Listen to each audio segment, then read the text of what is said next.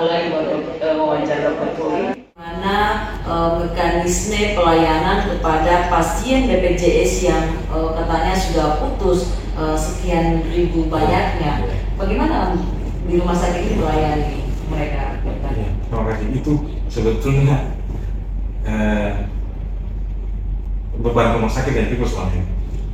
Jadi masyarakat yang dijaminkan kesehatannya karena memiliki kartu itu tiba-tiba dinonaktifkan karena tidak valid datanya di pusat itu yang menonaktifkan. Jadi para prinsipnya karena rumah sakit umum daerah milik pemerintah daerah, dia menekan sisi bisnisnya.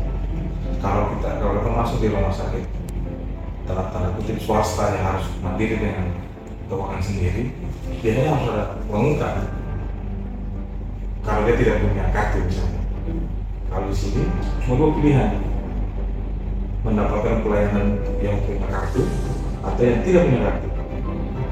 Kalau yang punya kartu dia kan dicek aktif dilayani. Yang tidak punya kartu dari awal memang dia akan berbayar. Dilema rumah sakit itu pasien datang dengan kartu, ini katanya dengan kartu. Nah itu sisi manusia kita nih. Sebenarnya sih saya sudah harus sering bilang sama teman-teman antara layani saja, kan itu 3 kali 24 jam. Kasihkan mereka untuk berusaha menyelesaikan masalah administrasi kartu. Toh sampai 3 hari tidak ada tidak baru terhadap kartu, tetap saja tidak aktif, tetap dilayani dengan berbayar. Jadi 3 kali 24 jam itu maksudnya mereka beralih ke mandiri begitu ya? Benar, mereka kalau ada masalah dengan kartunya, mereka bisa selesaikan masalahnya dengan BPJS. Tapi ini maksudnya mengenai pasien yang tiba-tiba Asli tapi itu 3 hari diusulkan, kalau nggak mungkin kita bicarkan di depan layanan jalan, tapi dikasih kesempatan 3 kali 24 jam untuk mengurus administrasi BPJS. Sampai dengan 3 hari itu tidak jelas, maksudnya bisa saja kartunya itu orang lain punya, bisa saja kartunya sudah dinonaktifkan, bisa saja peserta mandiri yang menunggak, karena kemungkinan itu semua ada. 3 harinya sudah jelas, tidak bisa diaktifkan, maka dia akan bentuknya berbayar. Nah setelah berbayar, pelayanan berjalan, karena untuk 3 hari. Nah setelah pelayanan sudah jalan, pada saat pulang, nah itu makanya kita beberapa untuk minta keringanan pembiayaan. Kondisi sudah terjadi berapa lama? Sejak saya di sini.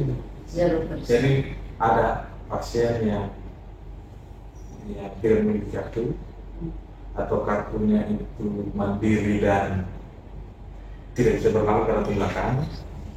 Maksudnya seperti itu. Tapi kalau yang berapa banyak sih kejadian seperti ini?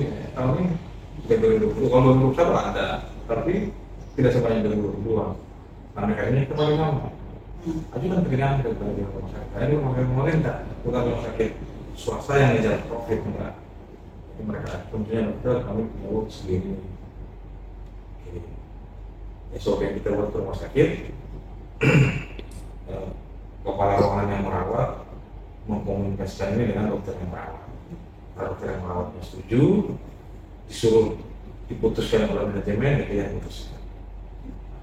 Kalau kita yang putuskan, ya seberapapun uang yang dia punya itu saja kita terima. Nanti kalau misalnya pasiennya punya kemampuan uang untuk membayar, ya silakan kembali ke rumah sakit. Kalau enggak, kita nggak kejar ke rumah. Karena semua punya mereka membayar, tinggal kita yang mengatur setoran biayanya. Misalnya biayanya 5 juta, tapi mereka hanya bisa bayar 2 juta. Nah, 2 juta ini kita yang setor. Nah, 2 juta ini nanti yang diusulkan untuk pembayaran jasa buat mereka. Jasa dokternya, jasa bidan perawatnya dari uang itu. Dokter, kalau untuk pasien yang BPJS itu kan hanya untuk di rumah sakit sini saja. Kalau misalnya mereka punya penyakit dalam dan harus ke lab, itu harus di luar ya. Misalnya kalian belum? Lab sudah bagus. Jadi kebetulan kayak tahun bulan Mei, saya ada kerjasama dengan satu perusahaan penyedia alat kesehatan di laboratorium. Jadi sebetulnya bentuknya itu KSO, kerjasama operasional. Kalau dulu kerjasama operasional itu susah karena retribusinya bagi dua, masuk ke Pemda dari rumah sakit, setelah ke Pemda, sebagainya kita kasih ke yang punya alat. Tapi yang kemarin kita kerjasamakan itu dia tidak mengisyaratkan untuk bagi dua hasil. Jadi kita mau layani separuhan pun itu tagihannya ke kita rumah sakit. Sehingga dia menitipkan alat di sini dengan catatan mungkin untuk kebutuhan regens itu kayak katalisator pemeriksaan labnya itu dia yang akan menyediakan. Jadi kita belinya ke situ aja. Jadi kita beli bahan habis pakai lab, tapi kita dikasih pinjam alatnya gratis.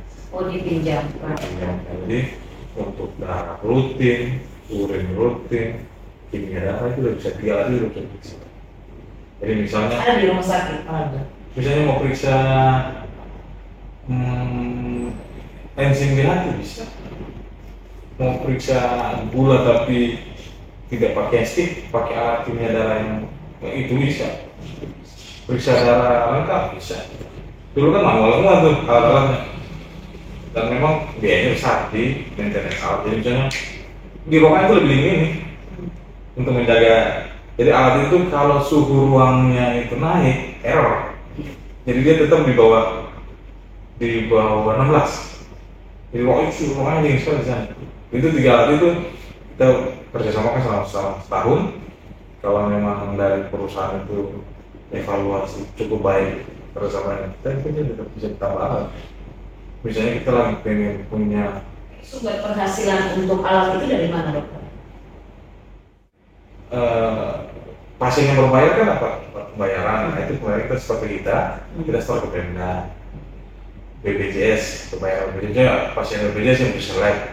Kan BPJS juga bayar kita. Iya. Dan juga setor juga ke Pemda. Nanti Pemda keluarkan dalam bentuk inilah uang buat obat dan BHP. Alat itu bukan punya dokter, pribadi. Kalau yang di atas, kan memang sebelum ini, karena apa tuh beta kayak KSO pertama untuk di luar, karena itu jaminannya itu bagi hasil di atas, yang perintahnya memang bagi hasil, antara yang punya alat sama yang tidak pinjam. Kalau ke Pemda nggak bisa, Pemda kan rumah sakit ini belum BLUD. Kalau BLUD bisa. BLUD apa? BLUD itu Badan Pelayanan Umum Daerah, jadi pendapatan yang diterima rumah sakit dia bisa kelola sendiri. Nah, kita kan belum, kita store. Nah itu akan berkesalahan dengan KSO alat. KSO alat kan begitu. Saya kasih alat, uang dari operasional alat ini dibagi 2. Ke mereka sekian, ke Pemda sekian. Dari para pusing, ya saya pakai sendiri dulu. Kita kerjasama individu, bikin klinik, kita kerjasama. Tidak mengenai aturan kalau pasien dari sini kita pakai ke atas. Karena dokternya minta ini kita nggak punya. Nah begitu ada tuh. Kalau BPJS itu tetap berlaku. Itu kalau BPJS. Kalau BPJS ada perjanjian khusus juga waktu di atas. Jadi mereka melakukan pemeriksaan, nanti pengembaliannya dari rumah sakit yang bayar. Nah tapi setelah bulan Mei, saya ketemu dengan perusahaan yang lain kan, yang selama ini kan kita tahu bagiannya, dia nggak mau. Itu sudah berapa alat itu sudah berapa lama di sini? Sudah bulan Mei. Sampai berapa lama nanti? Kita kerjasama setahun, evaluasinya nggak pernah lagi. Tapi kalau dilihat dari sisi pendapatan dia dari regen yang kita beli, dia masih mau sampai ujungnya juga bisa 4 bulan ini kan cukup menguntungkan dari tahun ini. Itu pun misalnya kalau misalnya dalam tanda kutip nanti ada bantuan di anggaran kita tersedia pembelian alat, kita menyerahkan udah ada langsung alatnya di sini.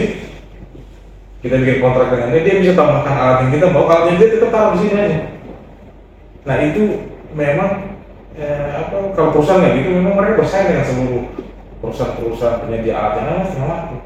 Dan karena perusahaan itu sudah punya kerjasama dengan beberapa rumah sakit di Ambon dan informasinya sama kayak kita kejar dulu. Dia taruh alat, jadi alatnya, instalasinya, maintenance perbaikannya dia yang tahu, kita enggak. Karena dia punya alat. Jadi kalau ada gangguan sedikit, teknisi di sini bisa selesaikan online saja selesai. Tapi kalau dia harus juga teknisi harus datang langsung, mereka datang sendiri dengan pembiayaan sendiri, tidak membiayai APBD. Nanti kalau misalnya punya konsekuensi, kalau ada tambahan alat kesehatan lab, kita bisa kita tolong dia untuk pengadaannya. Tapi alatnya tidak ambil, dia taruh aja di situ. Beli aja lagi, kita taruh, bisa pakai alatnya dua. Atau mau naik kapasitas dari ini, silakan. Misalnya kita kemarin periksa elektrolit kan baru 3, jadi sudah periksa elektrolit. Jadi dulu kan mau periksa kalium, periksa kalsium di darah kan pasien itu kan sampel nggak perlu obat, dia hanya perlu perbaikan elektrolitnya saja, mungkin kaliumnya ditambahin, kalsiumnya ditambahin, kloridanya ditambahin, jadi sembuh ya pulang. Nah dulu kita hitung-hitungan manual kondisi begini kira-kira sekian. Tapi kalau yang kayak gitu ketahuan ini yang kurang, ini yang kurang. Obatnya cuma perbaiki elektrolitnya pada tubuh manusia. Jadi nggak butuh obat, butuh elektrolit saja. Nah, berarti beta juga sudah bisa periksa di sini karena tulang lutut ini sudah hampir 1 tahun ini jalannya agak sedikit pincang dokter. Bisa periksa di sini ya. Lab kami.